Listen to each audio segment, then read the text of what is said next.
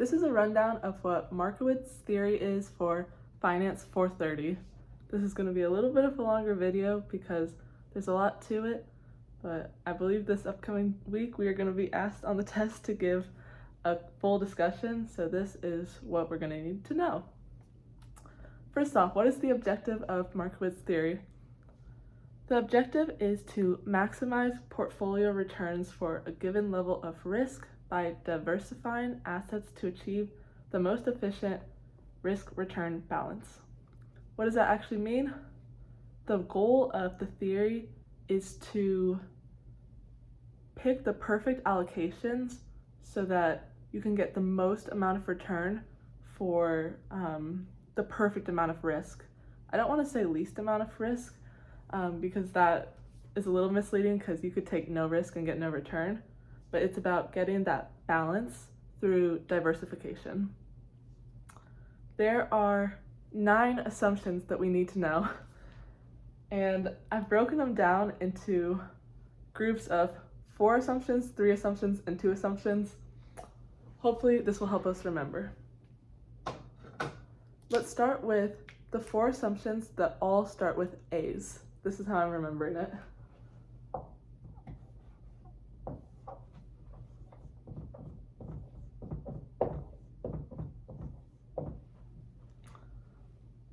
Assumption number 1 is that all investors are risk averse.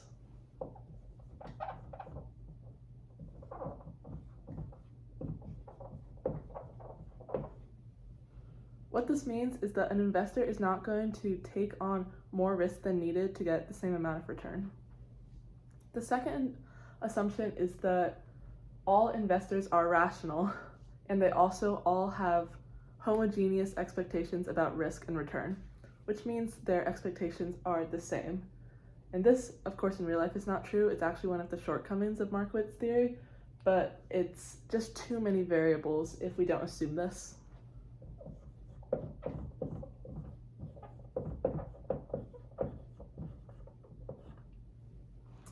The next 2 are about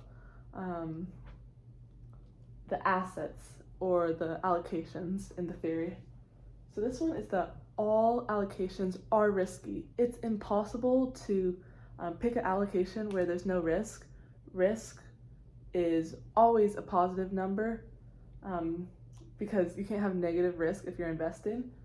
So the third assumption is that all assets are risky. There's no way to have a non-risk asset just as low as possible.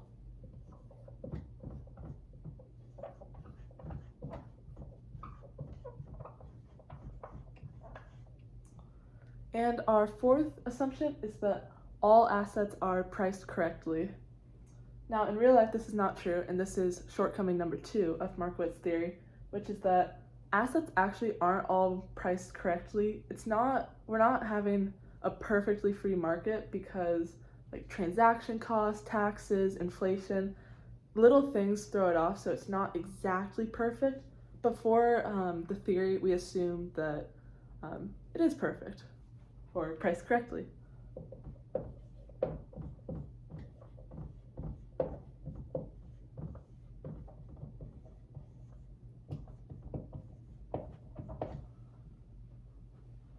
All right, this is our first group, which is a group of 4. Just count down from there. We're going to go into a group of 3. I'm going to do it in a red because these 3 assumptions are all negatives. So it's going to be no, no, no. No, no, no. All right. So in Markowitz theory, we assume that number 1, there's no inflation.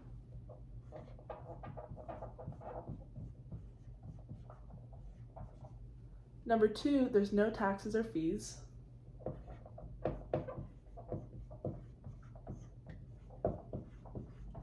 And number 3, there's no benchmarking. We're not measuring our success or our growth against like the S&P 500 or some measure. No benchmarking.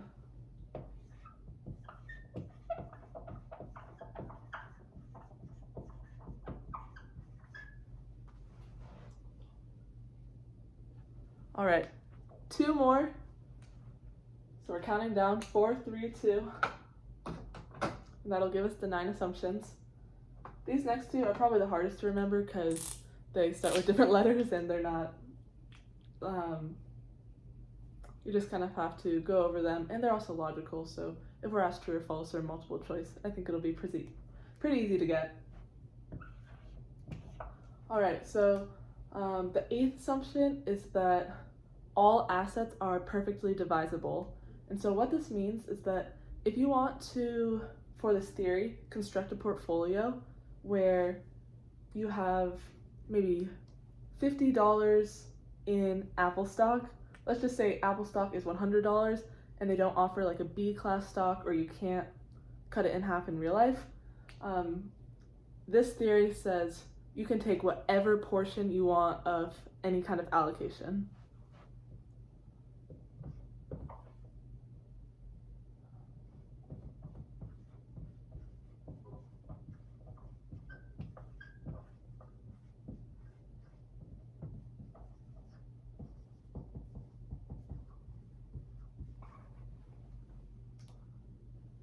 All right, our final assumption is that total risk is diversifiable. I don't think that was right. It can be diversified. Total risk, diversifiable? Anyhow, total risk you can diversify, which is at the core of the conclusion of Markowitz theory. Diversifiable.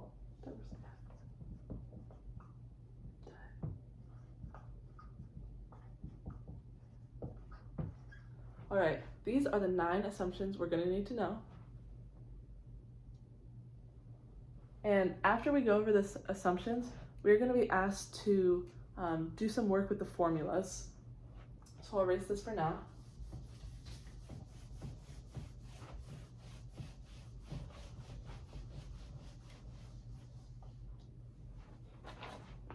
I won't actually fill in the numbers for us.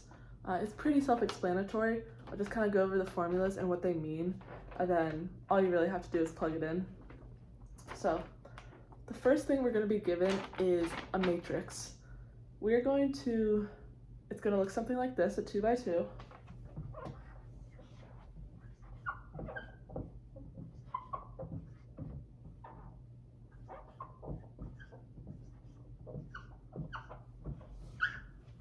And there's going to be numbers inside of here. Most likely it'll be like 36, 25, things that can be squared, because for the other problems or for the other formulas, we're going to need to square those. So you'll be given this, and then we're also going to be given R1 and R2. The first main formula in Markowitz theory that's important is R.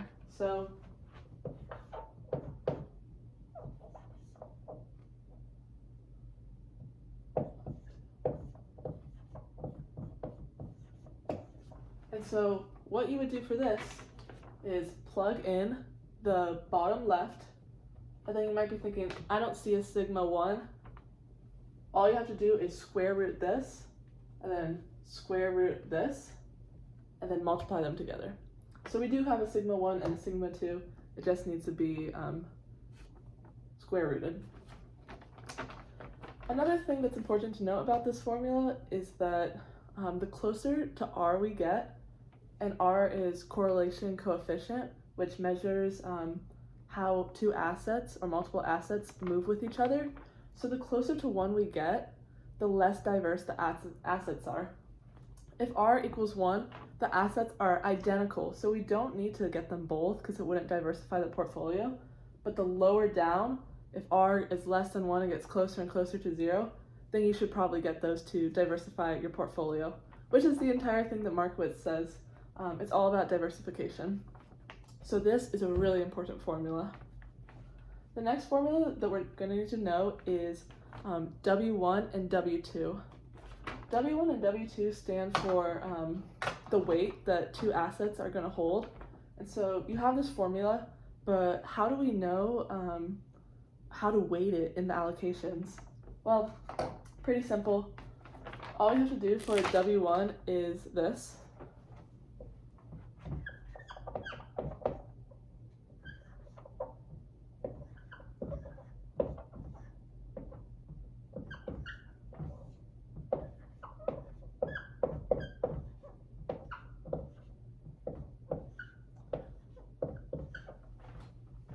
And we don't even need to root anything or change any of the sigmas we've been given, or the risk.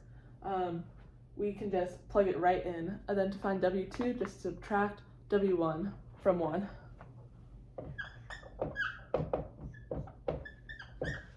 And this makes sense because the 1 is kind of like 100%. You have, your portfolio has to be 100% somewhere.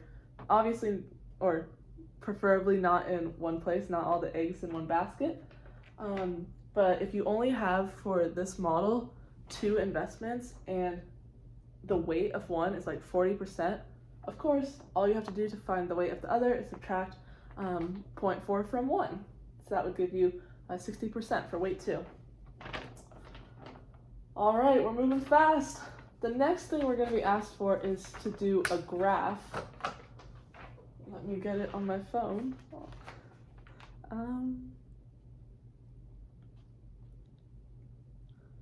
This is the graph we're going to be asked to draw. It's a little blurry, so I'll just draw it real quick up here in the corner.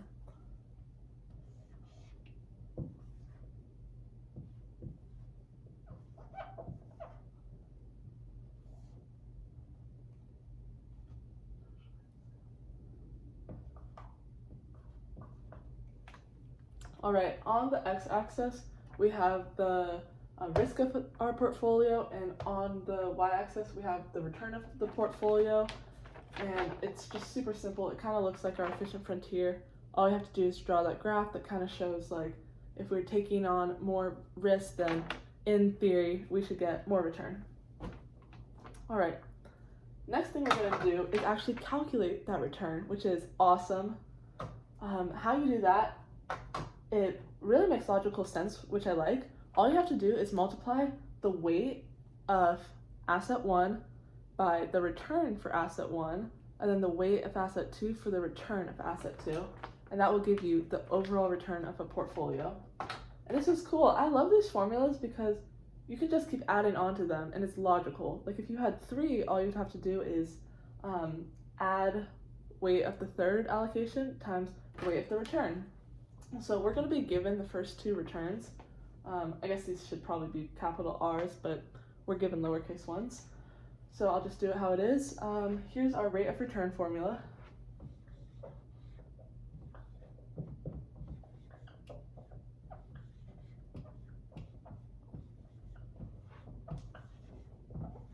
So we would just plug in what we just found over here, and then plug in these 2 over here, and we would get our portfolio return. The next formula we need to do is finding our risk.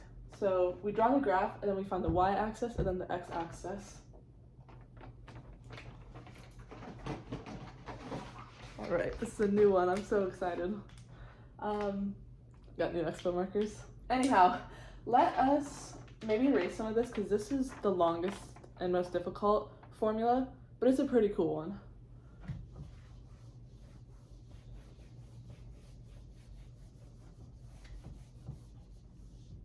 Here is our formula for portfolio risk.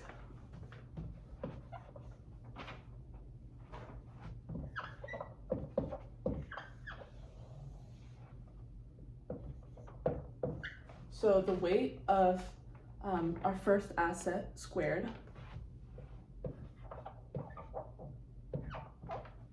times this plus the weight of our second asset squared times here, plus 2 times weight 1, weight 2, our simple correlation coefficient, risk 1 and risk 2. Or not risk, sorry, just square root this. I get it confused because the lowercase sigma does equal risk, but then we're also given it in the matrix. So this is the first way to find this. Sometimes rather than this little section, you can just do this and it will be the exact same.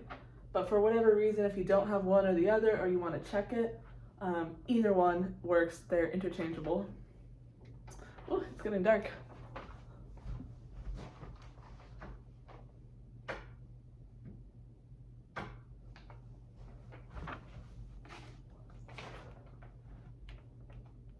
Sorry. All right. Now, I believe we only have one more step, which is to find our COVA or covariation of the portfolio. All you have to do for this, I believe that's what, yeah. All you have to do is go, and the P stands for portfolio. We just found this. And this is a ratio, not a percentage, and the lower the ratio, the better it is. And you can find the COVA for each asset. You could just do risk 1 divided by return 1. So take that x-axis over the y-axis, but do it just for each individual investment. There we go. All right. This is the formula section of Markowitz Theory. Now all we have to do is do our conclusion, shortcomings, and closing remarks. So in conclusion, what this has shown us is that you always want to, this seems obvious, but always make a portfolio, so invest in a portfolio and diversify the portfolio. Don't put your eggs all in one basket. Try to have several assets, or for this model, I guess it's just 2, with low R's or correlation coefficients so that they will move in different directions so you can have your portfolio diversified. Some shortcomings about Markowitz theory. A couple we already talked about, but number 1, all investors might not be rational. In fact, a good majority are not. There's a lot that goes into investing, and even decisions that are good decisions might not always be rational. So that's one variable that is not realistic. Expectations also will most likely not be homogeneous, they'll be heterogeneous, which means they'll be different. So everybody has different expectations about risk and return, and what they expect from that. Number 2, asset markets are unlikely to be perfectly competitive. So like we said, there are fees, taxes, many different variables that just make the market not perfectly competitive. Supply doesn't move exactly where it's supposed to for demand. So this is another downfall. Number 3, there's a problem of inflation. Inflation obviously does exist, and for this theory, to simplify it, we assume it doesn't, but that is something that needs to be taken into account in real life. There's also transaction costs, taxes, and regulations, and this leads to market inefficiency. You can't just buy and sell whenever you want without any consequence, for lack of a better word. There are regulations and costs associated with that, but for this theory, we assume there aren't. Our final downfall to Markowitz theory is that this is a static model, which means it is only one period in the investment horizon. It's not dynamic at all. It's just a snapshot. So if you want to see it over long term, you really gotta move beyond this theory. Closing remark. Despite all the shortcomings that we just talked about, this was a groundbreaking theory in modern finance, and it led to the future for many other theories that built off it, and was very inspirational. I really enjoyed learning about this. And to first be given this formula sheet and be like, what does this all mean? And then it just comes together and it fits with the assumptions and you see the graphs. It was a really cool class. So hope this helps, and if you're studying for a test, good luck.